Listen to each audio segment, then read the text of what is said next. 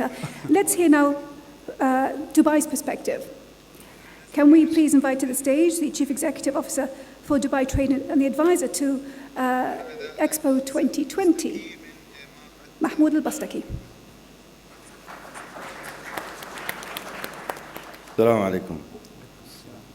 Good afternoon, ladies and gentlemen. I'm glad to be here after all this heavy dosage of economy talks. I'm sure you are fed up with the word economy and diversification.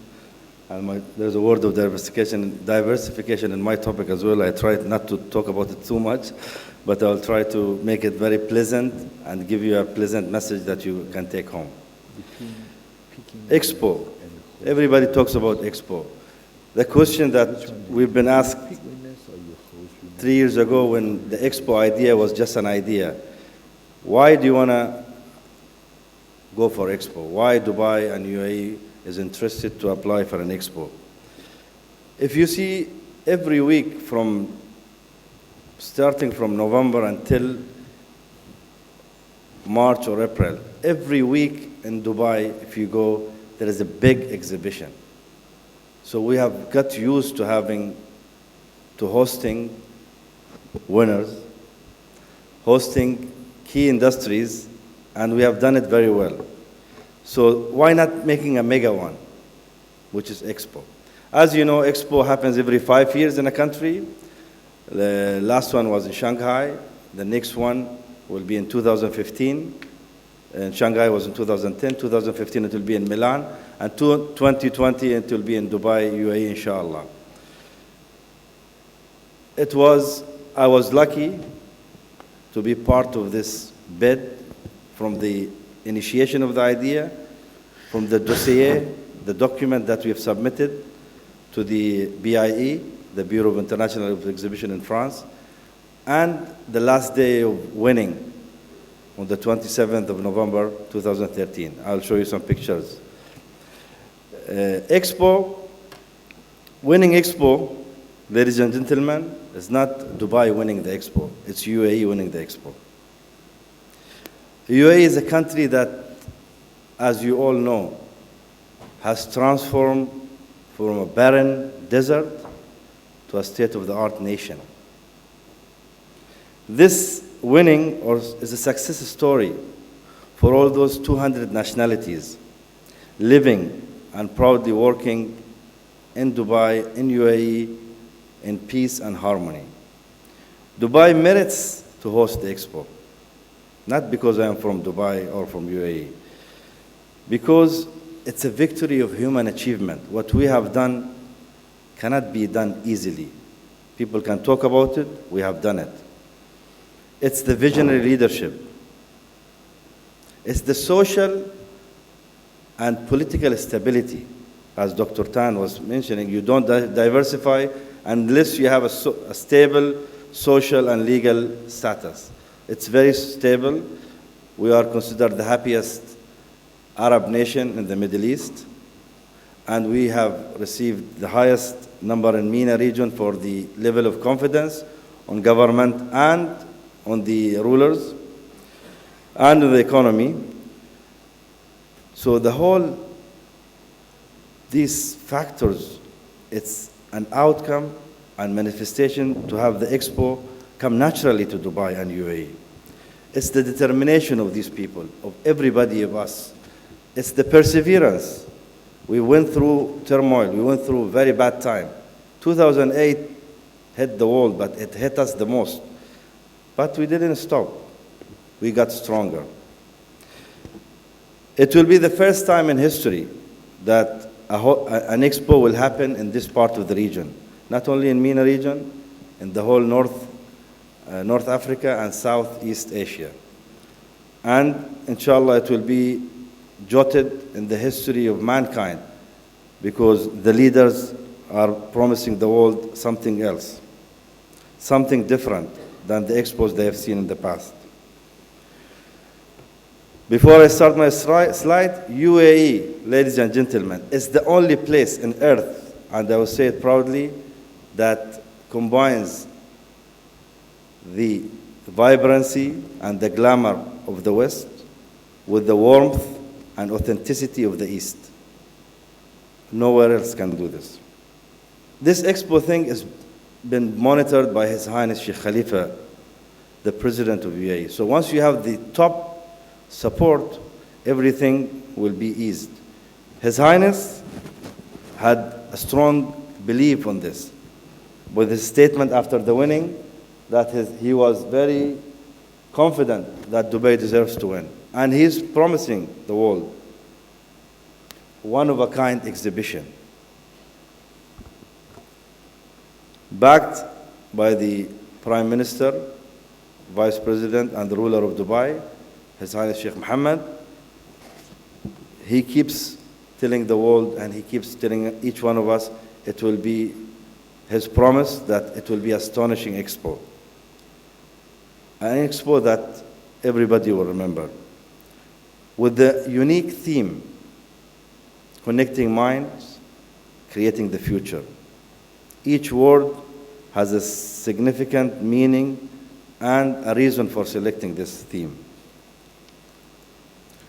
This is the night that I was lucky to be there as well, but my picture is not there, so don't look for me. I am showing this picture to show the harmony between the Emirates. You have here Sheikh Abdullah, the Minister, UAE Minister of Foreign Affairs, embracing and hugging Sheikh Ahmed bin Saeed Al Maktoum, the higher committee of the steering committee, the head of the higher committee of Expo, and next to them is Her Excellency Reem Al Hashimi, the managing director of Expo. I was part of this team, and it was a victory that made the tears come from my eyes uncontrolled.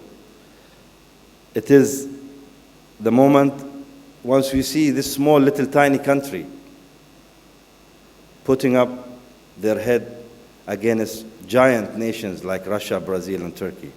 And the winning was 116 countries voting for Dubai and UAE versus only 47 countries voting for Russia.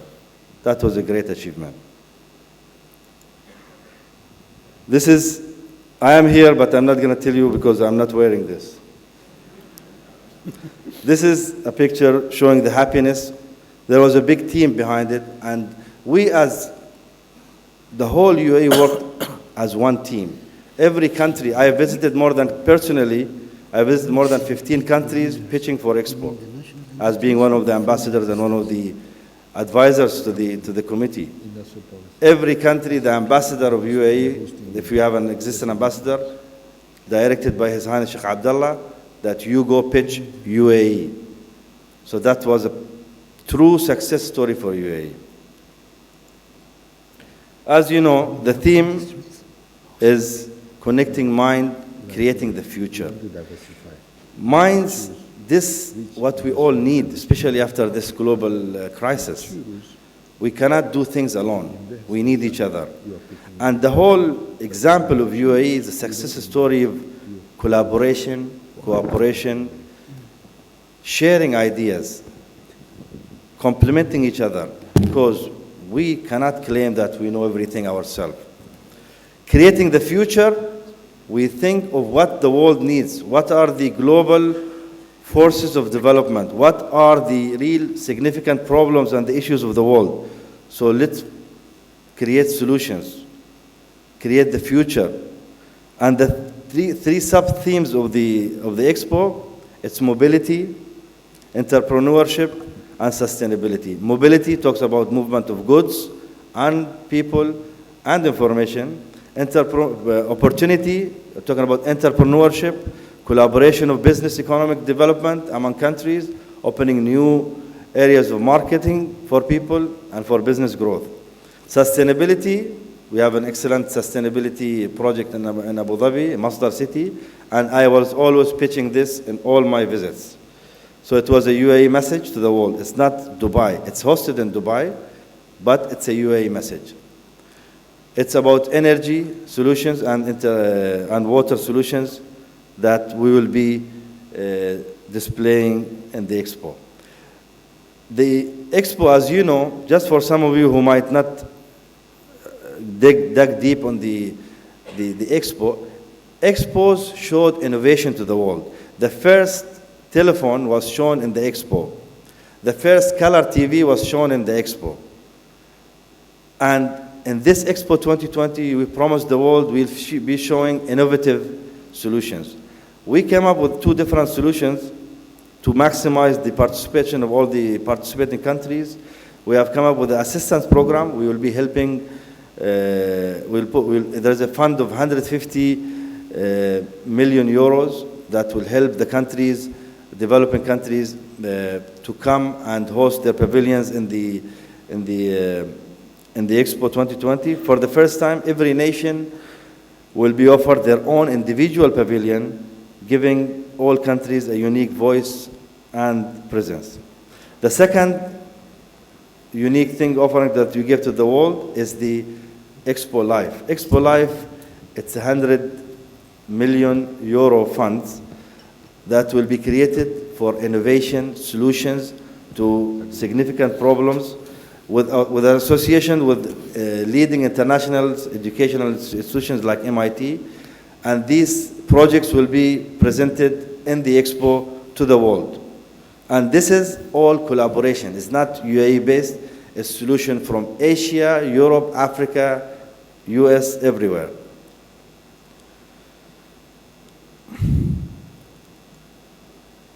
Expo will have an effect in everything we will have. Expo will open doors for new things. Expo will explore uncharted territories, will open new marketings, new channels, new business will come up. Plus the existing one will be boomed and fueled. As we all know, it will enhance the UAE brand, the Dubai brand in particular, being the business hub of UAE, and the credibility that was hit after the crisis. It will boost the investment confidence much more. You will see not only the regional offices, the head offices moving to Dubai and UAE because of the stable environment, because of the business friendliness, the legal, the people friendly, and the whole offering that we offer to the world. My speech will be focusing on the last two, which is the economic diversification and the economic output of the Expo. Expo, as you know, there will be some costs that will be put on. The cost will be from the host, from Dubai City and the UAE. The expenses will come also from the participants, the participating countries, and from the visitors. There's a study that they came up with a modest, very modest expectation, 25 million visitors. If you ask me today, I would say that could double. But that's the consultant. So I'm presenting you the consultant's figures because they have done their own work and their own benchmarking. So the outcome of these expenses that we will do, it will have direct outcome to the economy, indirect outcome to the economy, and induced. I will explain these in the last slide, in the next slide. The direct, it will have a direct impact on the hotels and all the transportation, airlines, lots of constructions will happen. The indirect one, it's the suppliers who will be supplying this, a part of the supply chain. It will be hotels, some new manufacturing will come up, trade and transportation. The induced one, it's the effect on the human being. The people will have higher income, will spend more. So these three effects will have a positive impact on the economy in terms of economic output, in terms of gross value to the GDP, in terms of income, there will be higher income, and there will be more employment created. And the number of employment, as you can see in the next slide, I would say is also rough, modest, 277,000 employment prior, during, and after. Some will be turned to a permanent positions, because Expo building, once it's built, it's not going to go away. It will be for the next generation. It will be an incubation center. It will be an education center. It will be a research and development. It will be an exhibition for everybody, for the next generation to benefit and to use from. These are the numbers. I don't want to bore you with numbers. The positive income of the economy is very positive. If we spend around 17.7 billion euro, the outcome will be far more, and it's very modest. It's around 20, as you can see in this, it's 28 billion euro, and the gross value add to the economy is around 17, and the income increase will be about 4.9 billion, and the jobs will be around 277,000. So it will have very good impact on the economy, and a lot of people are forecasting, and based on our modest forecast, will it have impact on the diversification? Yes, it will have, and we will be shifting away slowly from the oil. As you know, right now it's around 67% is non-oil. It will be around 70%, and modestly it will be 3%. That's very modest. It could be 5%. 5% diversification away from the oil sector. Expo, it's a couple of years from now. We are geared to it. We are ready to it. We want to make it the one, and the one that will always put UAE in the map and will make Dubai the new capital of the world. Thank you very much. Thank you very much.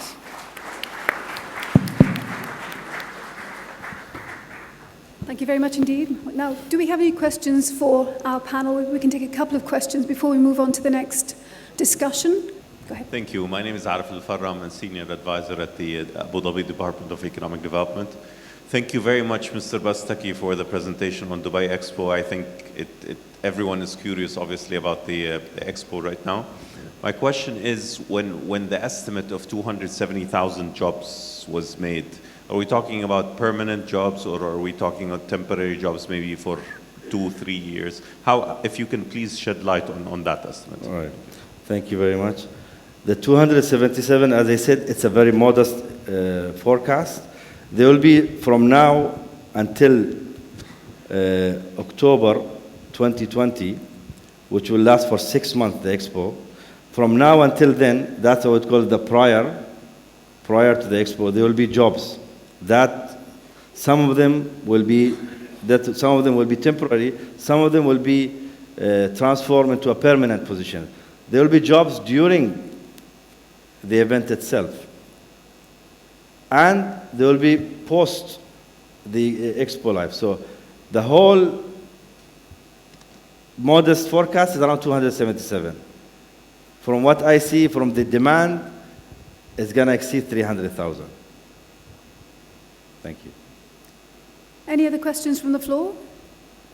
Yes. Thank you again for the presentation on the Expo 2020. My question is, how will this impact the infrastructure for Dubai and the Emirates, and has this been thought of while bidding for the Expo? For example, the roads, the water and electricity demands, and all of these things that may be of challenge in meeting them. Especially the transportation, we have like now 5 million population between Abu Dhabi and Dubai, and we are facing some challenges in the transportation sector. So when it's 25 million, how will this be handled? Okay, very good question. See, now if you look at, first, Expo will not be targeted only Dubai. Expo location is between Abu Dhabi and Dubai, so a lot of people will be living in Abu Dhabi, maybe commuting to Dubai, who will be coming to visit the Expo. Some will be living in Sharjah if they like the cultural thing, they will be visiting the Expo. So it's for the whole UAE. As of now, Dubai enjoys a very sophisticated infrastructure. In 2020, Etihad Rail will be live, commuting passengers and goods.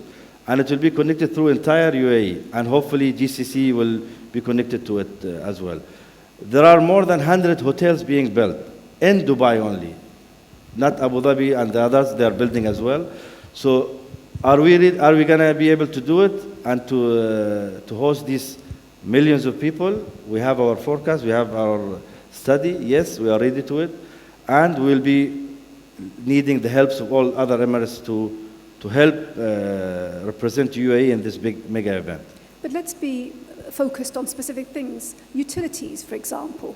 This is a massive problem currently, right now, having enough electricity, having, all the infrastructure to go with that. Right. How are you going to be able to cope? Right. If you look at DEWA's strategy, now they are looking at renewable energy, alternative channels for energy. They are doing solar panels, and even the new mega projects that are coming up, they are all planned with electricity. So in the past, we had some incidences where the building is there, you have to wait 6 months, and some buildings, even in my personal experience, some companies were operating a building with generators. This we are trying to avoid. Energy will be, you cannot have anything without an energy now. So we know about this, and our government is aware of this and putting all the efforts to secure sustainable and energy for the event. Okay. Any more questions from the floor? Yes? السلام عليكم. سلوى الحمادي من بنك الخليج الأول. السؤال موجه لمستر Bastaki. I would like to know how could the banking sector could benefit from the Expo 2020? See, everybody will benefit. Banks always benefit with or without Expo, right? And the good thing, the banking sector has been back into track. The lending has been very nice, and there has been very smoothing the lending and borrowing of money with the backup support of the central bank in UAE. The financial institutions have been growing. The IFC in Dubai has been very instrumental to putting the legal framework to protect the investors. Banking will have very much big benefits prior, during, and after. And you'll continue making money, so don't worry about it.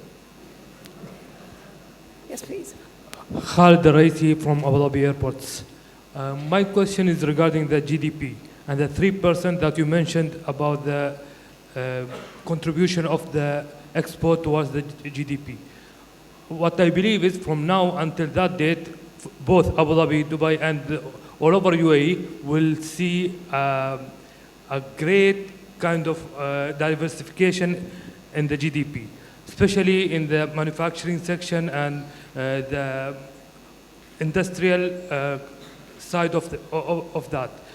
Do you think that 3% will be limited or will be increased due to the other activities other than the expo itself? Right, 3% is very modest, and we are focused only in Dubai. I'm sure Abu Dhabi will contribute much more into the UAE, GDP being diversified. We are not looking at that in this simple calculation.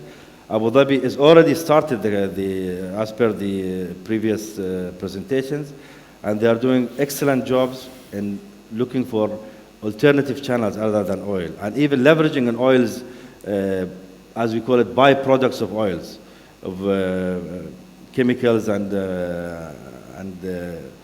plastics and all this manufacturing. So, as I said, I'm using the data of what the consultant made 2.5 years ago, which I believe formulas have changed now. I don't personally, if you ask Mahmood al-Bastaki, I don't personally agree. It's very modest.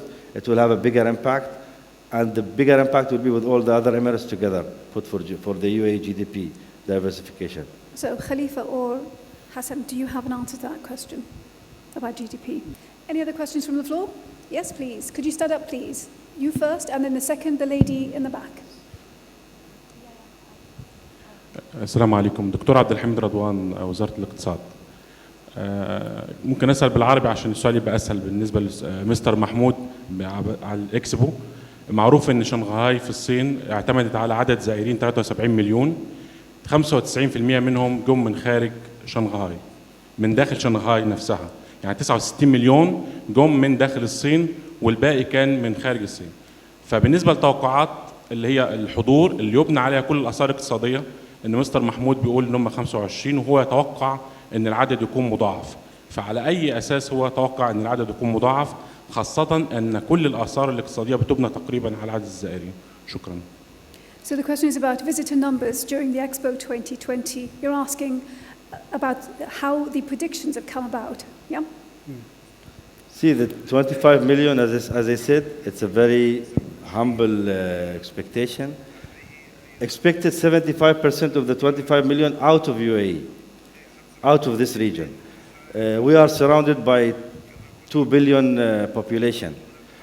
Our connectivity, having mega airlines in this region, Emirates Airlines, Etihad, Qatar Airways, Al Arabiya, you won't find a place that is well connected as this place. And you have rail coming, and it's a reality. So coming to here, it will be easy. And already, just last week, they announced 66 million passengers came through the Dubai airport. With the expansion of Etihad, with the expansion of Emirates, this will grow much further because the count of 25 million, they are not putting in consideration the African countries, the huge demand the African countries are coming to this region because for them, this is the way out for the future. This is the next future for them, to explore having this hub as a gateway to the world, to the east and to the west. So it could be 50 million. Lady in the back. Hi, I have it's Al-Anud Al-Alawi from Abu Dhabi Council for Economic Development. My question is for Dr. Tan from Singapore.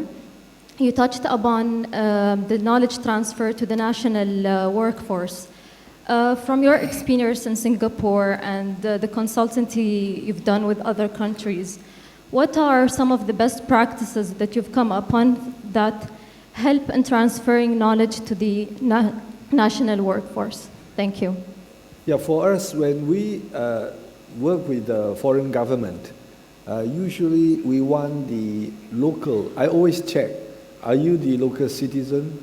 We want the civil servants to be working with us, but not those foreign experts working for their country to work with us. So when I come to Abu Dhabi, it's the same. When I work for the economy department, I ask, are you from Abu Dhabi or are you a foreigner? Because foreigner can come and go, and civil servants, the local citizen, will be here to stay. And therefore, we want to make them committed, and we say that whatever we do, there must be a timetable over a period of 3 years that you will be independent, and we will not want to do this anymore, and we will move on. So by insisting that you actually transfer and by making the commitment, and you always have to identify in the team who is the leader. So the leader must be committed, showing interest to work with you from day one for the next 3 years. Now, if you cannot find a leader who is committed to work for you for 3 years, and we usually do not want to start, because for us, by working with you, we learn and gain our experience, and we want to move on to learn from other countries. It's not in our interest not to diversify our clients. We want to diversify to learn more from different countries. So making the technology transfer not only is good for the country who engage us, it's also good for us to move on to other economies to learn new experiences. One more point that you made is that it needs to be, policies need to be inclusive, you said, and essentially that people need to have a stake in what's going on. That's really what you're talking about. Sorry? Yeah. You're pretty much saying that people need to have a stake in what's going on. So my question to both of you now, Abu Dhabi and Ministry, is what are you doing about giving non-Emiratis a stake in what's going on? Go ahead. This is back to your question regarding host and pick. Okay, I would say, I mean, actually it's both, part from here, part from there, on certain levels. Okay, right now IDB create 13 sectors, okay, to give full support in the industrial sector. So from there, we can say,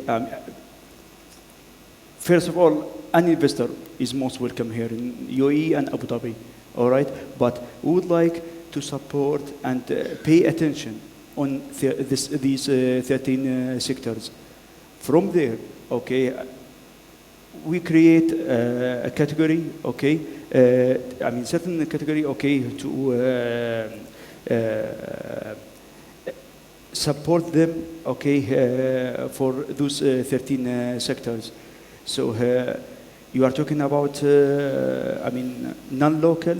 I would say they are most welcome, but if they will come to these 13 sectors, okay, they need to hire some locals, okay, transfer certain technology, okay, for because they will take from the government, okay, certain support.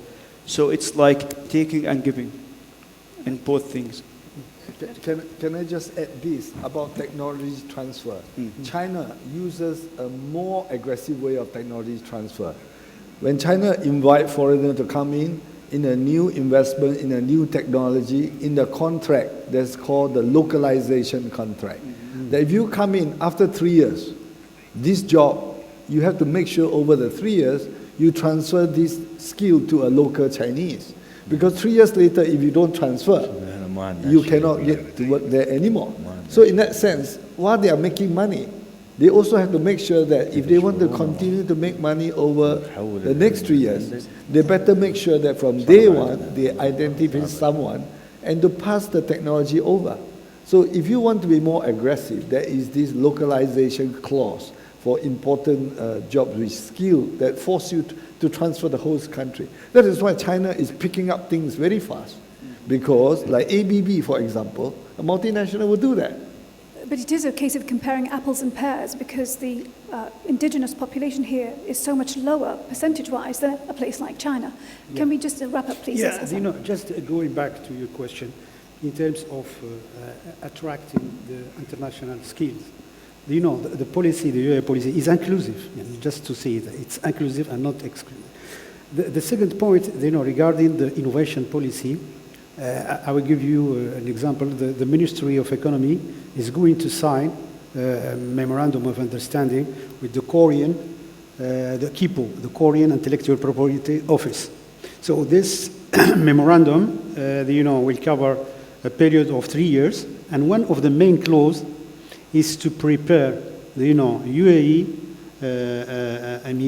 expert in the area of examination patent process, which is very, very advanced. So I mean, going back to Dr. Tan, you know, statement, yes, this transfer of technology should be part of any contract or any policy attracting or trying to attract foreign investment. Okay, I'm afraid we have to leave this at this point. Thank you very much for your time. And I just, as we leave, I'll have one question for you about the expo, please. What's going to happen with the location when it's over? Very briefly. The building it will be a state-of-the-art building. It will manifest the 3 themes: mobility, opportunity, and sustainability. It will stay for future research center, educational center, and for exhibitions. Most of the exhibitions from the Dubai World Trade Center will be shifted to the new premises of Expo, which will be in the Dubai World Central next to the new airport, Al Maktoum Airport, which is quite a distance from Dubai to Abu Dhabi. That's my question. At this new location, what's going to happen with this whole area when the Expo finishes? Yeah. It will stay. It's going to stay. It will be reused, yeah. All right. Yeah. Thank you very much indeed, gentlemen, for your time. And could I please invite our next session of panelists to the stage? Dr. Tan, can you stay?